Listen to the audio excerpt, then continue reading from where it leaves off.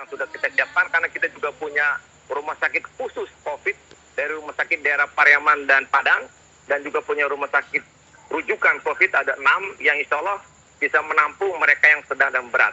Nah, untuk Payakumbuh dan Agam ini sekali satu klaster yang ini juga sedang berkembang. Mungkin Pak Kani, mungkin singkat cerita dari pendekatan PCR ini, kita bisa mengikuti arahan Bapak Presiden, yaitu testing cepat, kemudian melakukan tracking masif, dan isolasi yang baik dan benar, dan ditambah dengan Bapak Legend Doni menyebutkan treatment perawatan.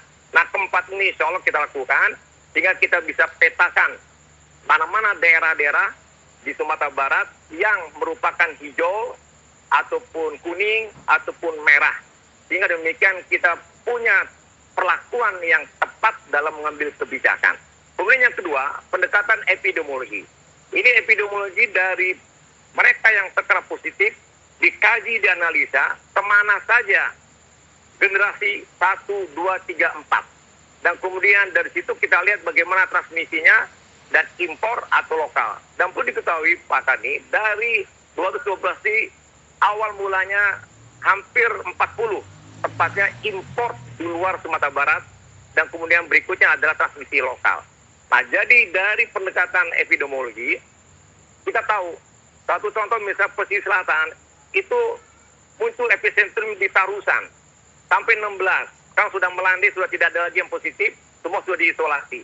Tapi dari hasil epidemiologi hanya berkembang di satu kecamatan, menyebar sedikit 2 kecamatan di puskesmas. Tapi di daerah Lunang, daerah Silau, Tapan yang ratusan kilo, masih daerah pesisir selatan, dia tidak terpapar dan tidak terkena sedikit pun dengan COVID ini. Itu satu contoh dari kajian epidemiologi. Kemudian juga daerah-daerah yang lain, sebagai contoh Agam, di kampungnya Pekan ini insya Allah masih negatif. Tapi di Baso itu sudah positif banyak. Di Lubasung di bawah itu masih negatif. Nah, itulah hasil kajian epidemiologi, sehingga dengan pendekatan seperti itu ditambah dengan geografi yang ada di Sumatera Barat. Mentawai itu hanya di Pulau Siberut, di Pulau Sipora saja yang kena 3. Sementara pagi utara, pagi selatan dan Siberut tidak ada, itu jauh antar pulau ke pulau. Itu daerah geografis. Kemudian juga ada daerah terisolir, ada daerah yang tertinggal, ada daerah yang jauh dari kota ataupun di daerah perbukitan dan lain sebagainya. Nah, oleh karena itu, poin ketiga, hasil keputusan tadi, kami memberikan suatu kewenangan kepada Bupati Wali Kota membuat kebijakan berdasarkan local wisdom. Yang lebih khusus tadi contohkan adalah sholat Jumat, merujuk kepada fatwa MUI Sumatera Barat. Kemarin ini memberikan suatu peluang pada daerah-daerah yang dipastikan hijau, tentu dengan pendekatan hasil dari PCR memang betul-betul negatif, dengan pendekatan tes pool yang dilakukan oleh Dr. Andani dari lab FK Unan, baru bisa dia dipersilakan dengan beberapa persyaratan yang lain. Sehingga mungkin istilah relaksasi ini mungkin dikhususkan kepada daerah-daerah. Contoh di Kabupaten Solo ada berapa datang, mobil nggak lewat ke sana. Saya saja ke sana pakai motor, cross baru bisa sampai. Itu penduduknya banyak, nggak pernah ada orang luar masuk, nggak ada juga yang positif. Kemudian mereka apakah dilarang untuk sholat. Nah, ini juga biarkan kebijakan ada pada bupatinya. Kemudian juga beberapa rumah yang ada di lereng bukit atau gunung yang keluar masuknya cuma satu jalur, yang ini juga tidak terpapar dan tidak ada juga orang luar. Nah, oleh karena itu beberapa kriteria selain mengikuti protokol COVID dan juga beberapa kriteria kesepakatan dari mereka, Nini Mama, alim ulama jadi pandai, buruh kandung, para pemuda di situ sepakat, insya Allah itu menjadi pertimbangan bagi pemerintah daerah untuk memberikan relaksasi kepada mereka secara khusus. Tapi untuk kota-kota tertentu, seperti misalnya Padang, ya, Payakumbuh, kemudian beberapa kabupaten yang sedang terjangkit, ini tentunya kita melihat tidak bisa dengan PSBB, maka tidak dengan relaksasi, maka kita ikuti dari putusan yang kedua tadi, mempertegas pelaksanaan Permenkes 9 dan Permenhub 25. Nah, oleh karena itu Pak Kani, dengan pendekatan ini kita memang berpikir sangat objektif, melihat dari situasi kondisi tanpa melupakan aspek kesehatan yang menjadi prioritas yang pertama. dan kita masih melihat tentu kesehatan utama daripada ekonomi. Berkaitan dengan ekonomi, pasar khususnya, tadi juga kita sepakati dengan Bupati Wali Kota, tetap kita buka, tapi tetap mengikuti protokol COVID. Dengan dijarak-jarakan antara penjual dan juga dengan pembelinya, memanfaatkan jalan raya, kemudian juga parkir, kios-kios yang tutup dan juga lapangan, dan kemudian kita buat beberapa fasilitas, tempat cuci tangan, wastafel, mesti pakai masker dan sebagainya.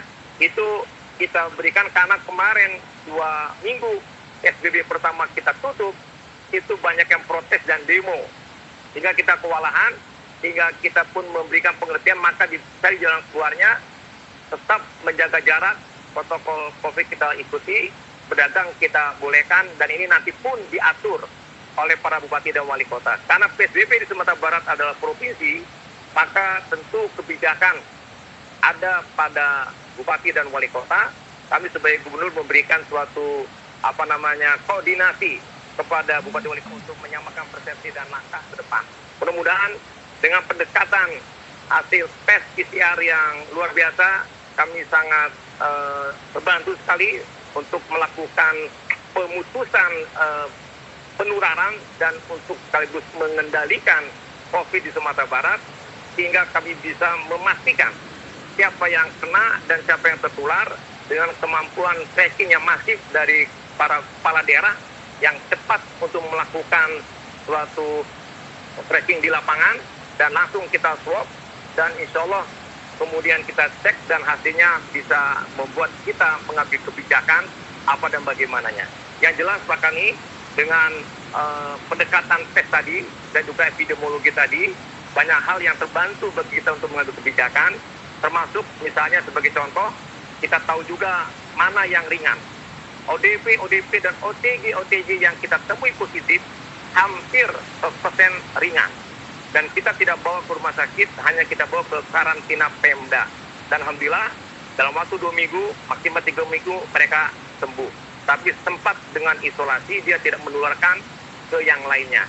Walaupun dia merasa sehat, tapi karena terpapar dengan teman yang positif menjadi PDP, maka itu menjadi suatu target yang harus kita isolasi.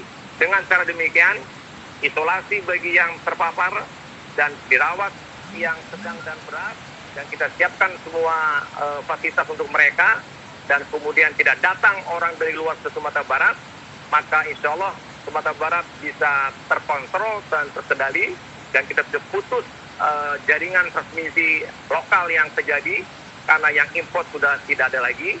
Maka insya Allah dengan demikian mudah-mudahan dari dukungan semua pihak, BNPB pun membantu, diantaranya kit regen sampai 20.000 membuat kita bisa bernapas di lab, karena kita kekurangan itu sudah susah mencarinya, dan juga masker yang 95 dibantu juga oleh BNPB yang pesanan kita Pemprov pun dari luar belum sampai. Ini juga membantu memberikan dukungan kepada nakes, dokter kita yang menangani COVID, untuk supaya bisa mereka ini menjalani kerja dengan baik. Jadi bahkan ini saya rasa relaksasi yang dimaksud di Sumatera Barat adalah selektif untuk daerah tertentu dengan berbagai pertimbangan dan persyaratan yang kita buat, tentu juga tetap mengikuti protokol COVID yang kita lakukan. Baik. Begitu Pak Kani. Satu, kritik saya, Pak Gubernur melupakan bantuan perantau. Oh iya, APD semua rumah sakit kita bantu. Iya, lupa. Luar biasa. Terima kasih, ini saking groginya di depan udah Karni nih, jadi ngomongnya nggak lengkap nih. Jadi terima kasih kepada warga kita, dan mohon juga sekaligus menyampaikan tadi kami dengan Kapolda, inisiatif Kapolda membuat gerakan aksi untuk meminta perantau tidak pulang kampung. Nah ini juga sekaligus mohon kiranya bertahan dulu lah. Pak Karni juga jangan pulang kampung dulu ya. Mudah-mudahan kita sama-sama sehat di Rana dan di Rantau dengan semuanya mengikuti arahan Presiden. Saya udah janji gak pulang.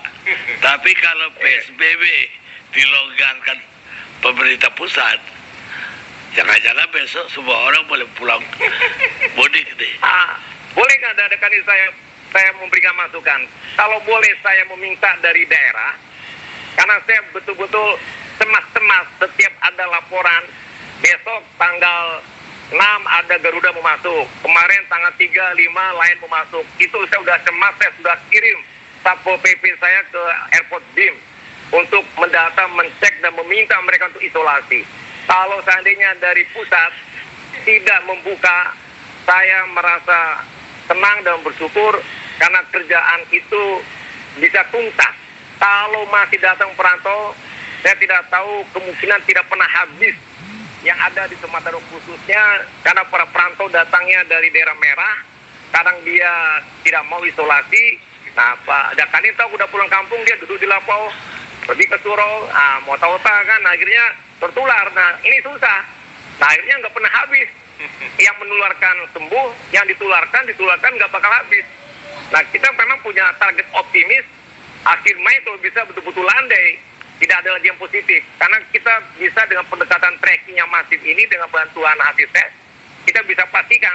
Karena semua yang positif itu tahu alamatnya, tahu orangnya, dan kita datangi untuk tracking, dan mereka menyebutkan walaupun ada yang nggak jujur, tapi alhamdulillah maksimal. Yang lari kita minta bantu polisi, ya tadi ada juga yang lari ngumpet, kita minta bantu polisi untuk mengambilnya supaya dia tidak menyebarkan. Jadi mudah-mudahan tidak dilonggarkan, khususnya yang pulang kampung tetap bertahan dulu lah sampai lewat lebaran ini Dakani. Mudah-mudahan pemerintah pusat mendengarkan juga permintaan kami dari daerah. Jadi orang rantau nggak usah pulang, uangnya saja yang pulang. Ya, uangnya pulang. Baik, Pak Gubernur. Terima kasih. Ya, terima kasih Dakani. Pemirsa, kita rehat dulu sejenak.